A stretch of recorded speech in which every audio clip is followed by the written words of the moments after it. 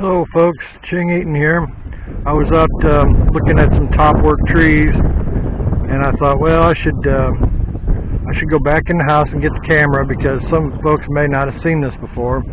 Anyway, this is a Chinese chestnut tree that's probably 15 years old, and it made a nut that I wasn't really too impressed with. So over the last 2 years I've come back and grafted it. This right here was 2 years ago. I put these two on there, and they've come up, I don't know what they are, 10 foot tall, and so they're starting to put out some flowers this year. So that going to make some nuts for me. Even though I've got this supported, I'll probably strip those nuts off of there until it gets a little bit bigger. Well, then last year, well, this is actually this year's that I'm walking past, but last year I put it up on this limb here, and you get I don't know, 18 inches of growth in that last year on that stub. Now this year is the last one until I get the whole tree switched over, so I've got some fresh grafts on there that haven't really even swelled yet. I just did those a couple days ago. So that's an Eaton tree that I've top worked. It will be done. Now that big tree in the background, that's an Eaton tree that is done. It's making beautiful nuts now. So here's another one, a Yixan large. This was a full-size tree. I mean, I took out everything there was except for this one failed graft from last year. I tried to start down here last year, and it failed on me. So the sprout came up, and I figured, well, maybe I can do something with him over the years. So I put 3 up on that one. I got 1 down here. When you get some growth on that, it's going to push it hard. Here's Genoza. Now you can probably see that green growth there if I've got the camera right. It's already pushing growth there.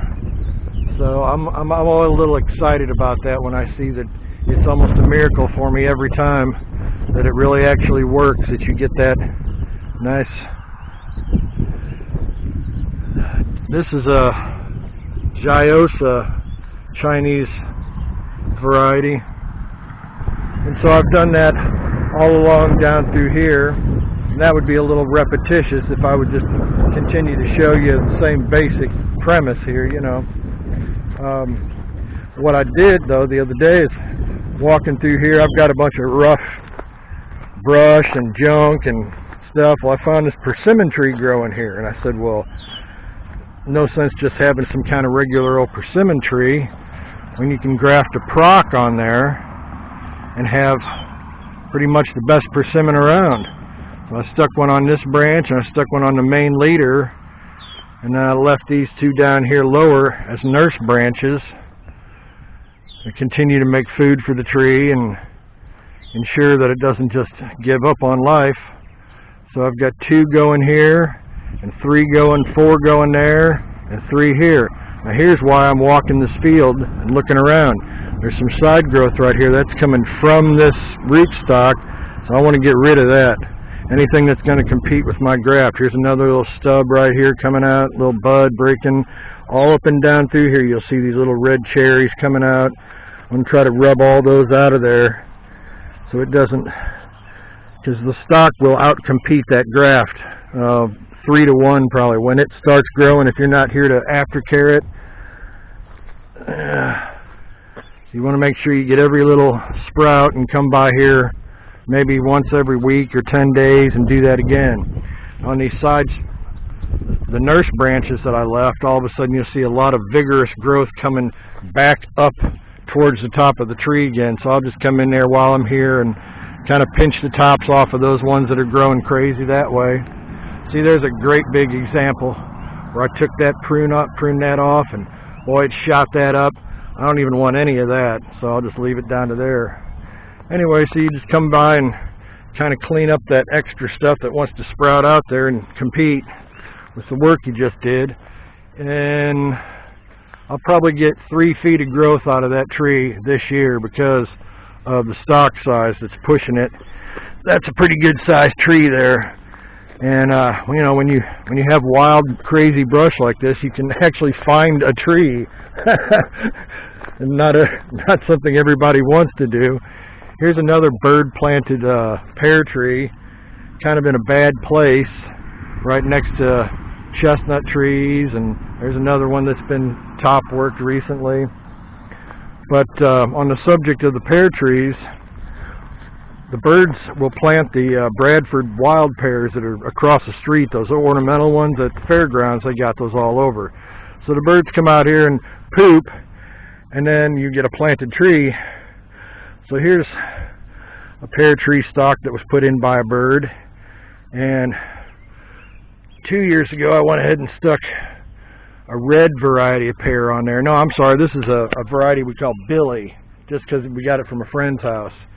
So it grew out now. It's probably, I don't know what, 5 feet tall from the stump there, and it's beautiful, healthy. That's a good rootstock, that Bradford planted by a bird. If you could buy that, I'd buy it. So you got these suckers coming off the trunk here. They'll overtake that graft that I put over here this year. That's a Oriental. I got that from another friend's house. So it's called, you know, his name, an Oriental. Then look down on that trunk down there next to the poison ivy. There's some more sprouts down there at the trunk. So I'll have to wipe those things off too. So I've got the center in Billy, and then that one there is an Oriental. I think next year I'll come back right about here and I'll stick a red pear on this side, and then I'll have a 3-in-1 pear tree out in the middle of the field. This thing here is that autumn olive. I've been trying to shape it so it, you know, it doesn't look so unsightly if it's gonna hang around. Here's another pear that we top worked a couple years ago. Right down, I don't know if I'm catching that or not, at the stub there in the foil. And that variety is an Asian. It's getting a little fire blight on the leaf. You know, we'll see if that matters too much to it. And here's yet another bird-planted pear tree. It's grafted right down there 2 years ago. I should go ahead and take that other side branch out and just leave the central leader. But I like making myself wood for you know, next year's cuttings. I like producing sign wood. But I went ahead and, you know, cut the leader out of it, and I'll probably bend those down to branch out a little bit better. So I've got a neighbor next door, and we had a pear tree get planted by the birds right on the fence line, so I went ahead and grafted him a couple varieties on that pear tree, because if you're going to have a tree, you might as well have a good tree. So if you don't mind bearing with me, we'll walk over there and take a look at that. Half the time I'll come out here and make a video, and the video camera will do something I didn't expect, and I end up not even having a video when I get inside, but oh well. This is another bird-planted pear tree that we grafted. Oh gosh, it was way down there in the weeds now where you can't even see it. And then it's got a red over here on the side here, so this is two different varieties. And last year it had a couple pairs. There's one right there. It's kind of hard to see really, but that's something fun you can do if you have a tree that is not really performing and you have the right species match. You can just hook yourself up with the best thing going. Yeah, see if I can get a close-up of what that, can't even see what I'm filming, what that stub looks like where I grafted it right there. That's 2 years. Another 2 years, it'll be hard to tell that it's down there, and I need to be dragging that thing out a little bit away from the main tree. I'm going to cut through the pawpaw orchard quickly, and we'll see if I run out of camera time or not. Looks like a light set on the pawpaws this year. Some cold, late cold. Good thing about pawpaws is though that they have an extended bloom period, so they almost always get something on here. There's yet another bird-planted tree that we grafted. This graft is all the way down there, but I dug this one up No, this one was here. That's right. It was just that ended up in a good spot. Anyway, this tree is loaded now. It's full of pears. And once again, that's that Billy thing. I think it might be a Bartlett, but we don't really know or care. So, and then this is kind of my mother pear tree that I get cuttings from and come back and get the fruit from. We've got the red there on this branch that comes all the way down, really too low, but you got the red there, and then you've got whatever the variety is here. I don't know if it's a Bartlett or what have you. I'm probably making you all dizzy. Anyway, then you got this Oriental up here on the side on this other little tiny branch.